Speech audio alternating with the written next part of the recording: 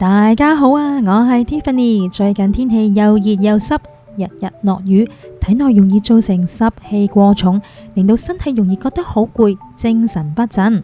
而我今日想為大家分享一個有助驅濕解悶熱嘅湯水，就係老黃瓜薏米雞腳湯。而家我哋即刻睇下材料嘅份量先啦。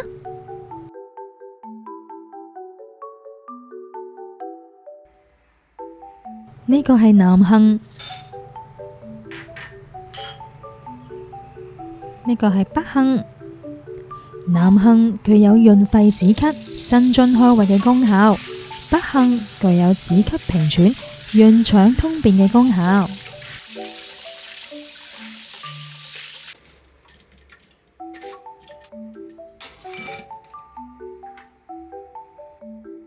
呢個係熟薏米、生薏米。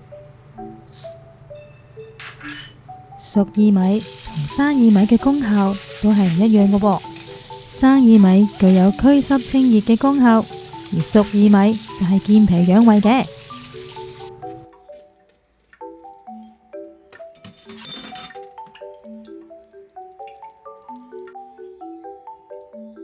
由今次呢個湯加入薑，咁個湯就會冇咁寒涼啦。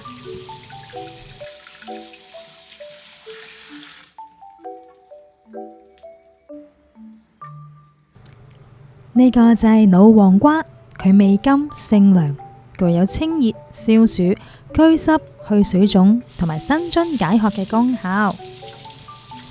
老黃瓜煲湯要連皮，所以要洗得乾淨啲。呢個粟米我揀咗超甜粟米，咁煲湯呢就會甜啲。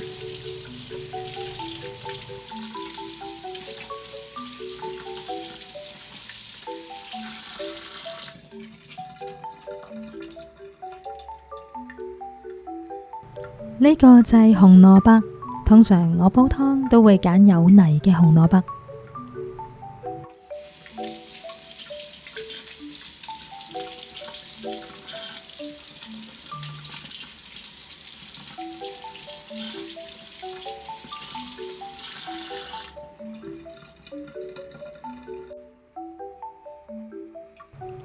雞腳含有豐富嘅鈣質同埋膠原蛋白，女士們就最啱啦。雞腳先洗乾淨，一陣間會飛水。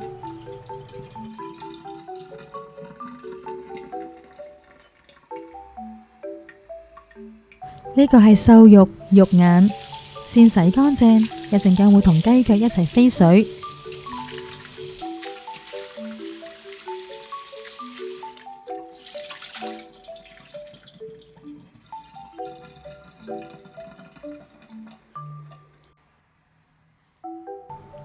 粟米頭先就已經洗乾淨，而家我用刀呢個角位將佢切件。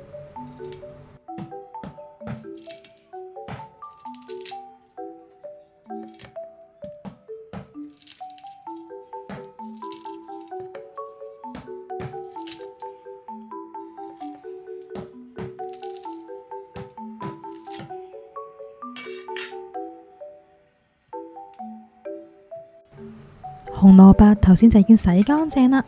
紅蘿蔔煲湯我一般都唔會去皮嘅，因為皮係好有營養噶。我而家呢，先將頭尾切走，唔要，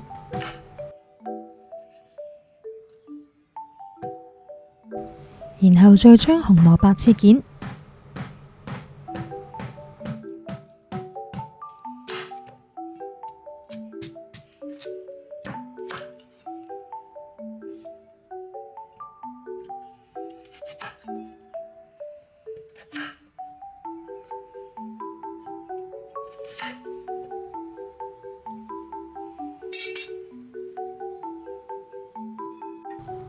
老黃瓜富含有一種叫做胡腦素 C 嘅物質，呢一種物質可以提高我哋嘅免疫力，從而可以增強人體嘅免疫功能。免疫功能強大之後，就能夠有效抵禦細胞嘅癌變，能夠達到抗腫瘤嘅目的。老黃瓜亦具有抗炎同埋護肝等等嘅作用。老黃瓜經過自然老熟之後，其中含有嘅胡蘿素會更多，所以老黃瓜嘅抗癌效果比嫩黃瓜強嘅。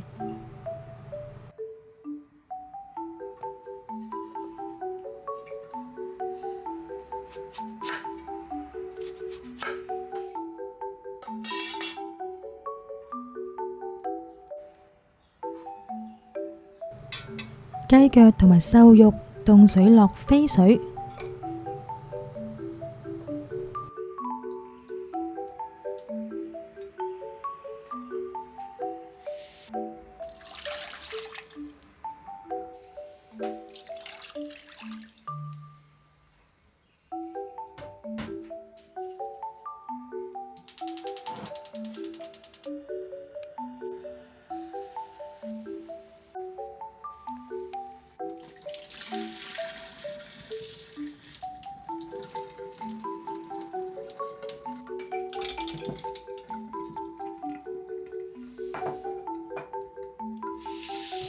雞腳、瘦肉飛完水之後，就用清水去沖返乾淨佢，然後備用。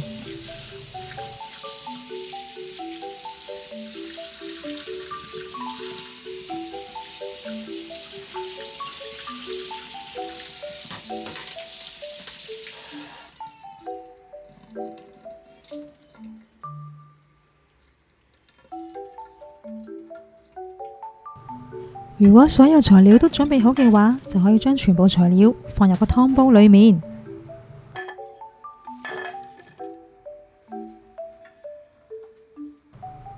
如果大家怕生熟薏米寒涼嘅話，可以先用白鑊炒一炒，再用嚟煲湯。白鑊嘅意思係唔加油去炒。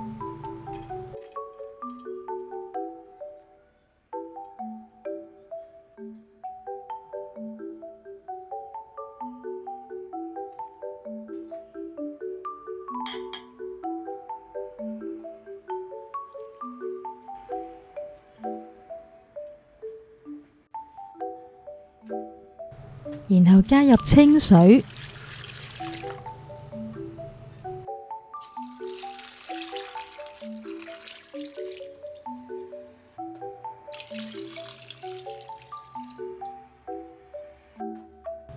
最後冚蓋煲佢2個鐘，煲好前15分鐘加入鹽就可以啦。因為呢，我呢個電子湯煲啊，如果大家用明火去煲湯嘅話呢，就記得先用大火煲佢10分鐘，然後再轉細火煲佢2個鐘就可以啦。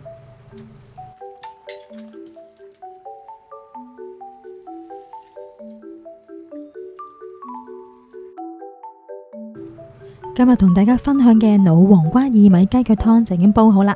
如果大家有興趣想知道每一款材料嘅功效嘅話，就可以睇翻呢條片下邊嘅資訊欄就會睇得翻噶啦。如果大家中意我哋呢條片，就記得俾個 like 同埋訂閱我哋嘅 channel 啦。咁下次再同大家再見，拜拜。